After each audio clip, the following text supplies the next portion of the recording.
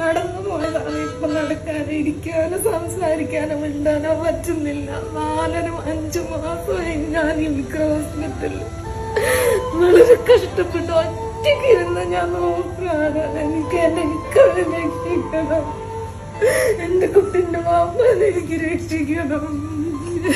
എല്ലാരും സഹായിക്കണം, പ്രാർത്ഥിക്കണം. അമ്മാന്റെ പരീക്ഷണമാണെന്ന് പറയുന്നത് ഞാൻ വാശിക്കുന്നില്ല. ആർക്കും ഇതുപോലൊരവസ്ഥ നൽകരുത് റബ്ബേ. ഞാൻ അത്രയും വേദനിക്കുന്നുണ്ട്. 5 മാസമായി ഞാൻ മൂട് മുറക്കൊന്നുമില്ലാതെ 24 മണിക്ക് നോക്കിയിരിക്കാണ്. എന്റെ ഭർത്താവിനെ സഹായിക്കണം. പണം ഉണ്ടെങ്കിൽ രക്ഷിക്കാം എന്നാണ് പറയുന്നത്. ഈ മനുഷ്യന്റെ അവസ്ഥ നിങ്ങൾ കണ്ട, ഇതൊരു പ്രവാസിയാണ്. നമ്മളെയൊക്കെ പോലെ ഒരുപാട് സ്വപ്നങ്ങളുമായിട്ട് പ്രവാസ ലോകത്തേക്ക് പോയ ഒരു മനുഷ്യൻ. ഈ ഭാര്യയ്ക്കും ഈ കുഞ്ഞിനും വേണ്ടിയിട്ട് സ്വന്തമായി വീട് പോലും ഇല്ലാതെ പ്രാരാബ്ദങ്ങൾ പേര് പ്രവാസ ലോകത്തേക്ക് പോയ ഒരു മനുഷ്യൻ ഇന്ന് ഈ ഒരു അവസ്ഥയിൽ കിടക്കുമ്പോ ചികിത്സയ്ക്ക് വഴിയില്ലാതെയാണ്. എന്ത് ചെയ്യണമെന്നറിയാതെ ഈ കുടുംബം നമ്മുടെ മുന്നിൽ ഇങ്ങനെ നിൽക്കുക. സമ്പാദ്യങ്ങളായിട്ടൊന്നുമില്ല. വാടക വീട്ടിൽ താമസിക്കുമ്പോ കിട്ടുന്ന പൈസ ചെലവിന് പോലും വഴിയില്ലാതെ ഈ കുടുംബം ജീവിക്കുമ്പോ പാൻക്രിയാസിസിൽ കല്ല് വന്നിട്ട് അതിന്റെ ചികിത്സയ്ക്ക് വേണ്ടി കോഴിക്കോട് മെഡിക്കൽ കോളേജിൽ ചികിത്സ നടത്തിക്കൊണ്ടിരിക്കുമ്പോ സോഡിയം കുറഞ്ഞപ്പോ സോഡിയം ലെവല് ചെയ്യാൻ വേണ്ടി നടത്തിയ ചികിത്സയില് അത് ഹൈ ആയി തലക്ക് ബാധിച്ച് കോമ സ്റ്റേജിലായിട്ട് കിടക്കണ കിടപ്പാണ്. മെഡിക്കൽ കോളേജ് കൈയൊഴിഞ്ഞ് ഇക്ര ഹോസ്പിറ്റലിൽ കൊണ്ടുവന്ന് 20 ലക്ഷം രൂപ കടമാണ്. ഇനി ചികിത്സയ്ക്കിടെങ്കിൽ കയ്യിൽ പൈസ ഇല്ല, കടം വീട്ടാനും പൈസ ഇല്ല. ഒരു പ്രവാസിയുടെ ഭാര്യ എന്ത് ചെയ്യണം? നിങ്ങൾ ആലോചിച്ചാൽ മതി. അത്രമാത്രം ദുരിതം അനുഭവിക്കുന്ന ദയനീയമായ ഈ ഒരു കുടുംബത്തിന് നിങ്ങളല്ലാതെ മറ്റാരുമില്ല എന്നുള്ളതാ. എന്നെ സംബന്ധിച്ചിടത്തോളം ഇത്തരം അവസ്ഥകൾ നിങ്ങളുടെ മുന്നിലേക്ക് എത്തിക്കുക എന്നുള്ളതാണ്. നിങ്ങൾ എല്ലാവരും വിചാരിച്ചാൽ ഈ കുടുംബത്തെ സഹായിക്കാൻ സാധിക്കും. പ്രിയപ്പെട്ട അനീസിന്റെ വീട് എറണാകുളം കലൂരാണ്. അദ്ദേഹത്തിന്റെ ഭാര്യയുടെ വീട് പാലക്കാടാണ്. ഇവര് രണ്ടാളും താമസിക്കുന്നത് പാലക്കാട് ഒരു വാടക വീട്ടിലാണ്.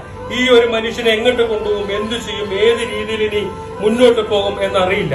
നമ്മളെല്ലാവരും പ്രവാസ ലോകം എല്ലാവരും ഒന്നിച്ച് കൈകോർത്താല് അനീസിന്റെ പ്രശ്നങ്ങൾ തീർക്കാൻ സാധിക്കും.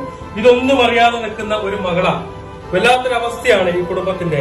ഇദ്ദേഹത്തിന്റെ ഭാര്യയുടെ അക്കൗണ്ട് നമ്പറും കാര്യങ്ങളൊക്കെ ഇതിന്റെ കൂടെ വെക്കുന്നുണ്ട്. നിങ്ങൾ എല്ലാവരും സഹായിക്കണം. ബാക്കി കാര്യങ്ങളൊക്കെ പ്രിയപ്പെട്ട മുഹമ്മദ് മാഷിന്റെ കൂടെ ഉണ്ട്. ഇതിന്റെ ബാക്കി കാര്യങ്ങളൊക്കെ അദ്ദേഹം പറയും. എല്ലാവരും സഹായിക്കണമെന്ന് അറിയിക്കും. എൻ്റെ പേര് മുഹമ്മദ്.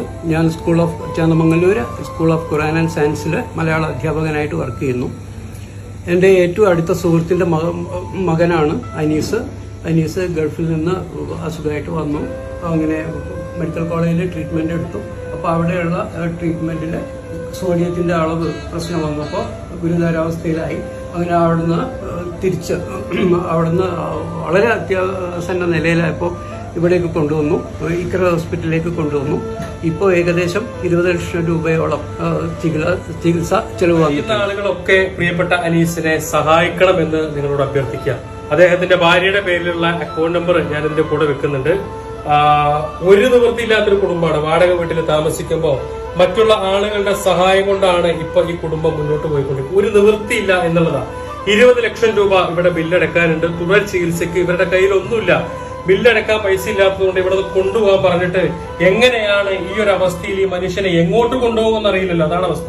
എങ്ങോട്ട് ഈ മനുഷ്യനെ കൊണ്ട് പോകണം എന്നറിയാതെയാണ് ഈ ഭാര്യയും ഈ മക്കളും ഇവിടെ ഇങ്ങനെ നിൽക്കണേ. അപ്പൊ അതുകൊണ്ട് നിങ്ങൾ എന്തെങ്കിലുമൊക്കെ ചെയ്തു കൊടുത്താൽ ഇദ്ദേഹത്തിന് ചികിത്സ കഴിച്ച് ഇദ്ദേഹത്തെ ഇവിടെ നിന്ന് കൊണ്ടുപോകാൻ സാധിക്കും. കഴിയുന്നവരൊക്കെ സഹായിക്കണമെന്ന് ഒരിക്കൽ കൂടി അഭ്യർത്ഥിക്കുകയാണ്.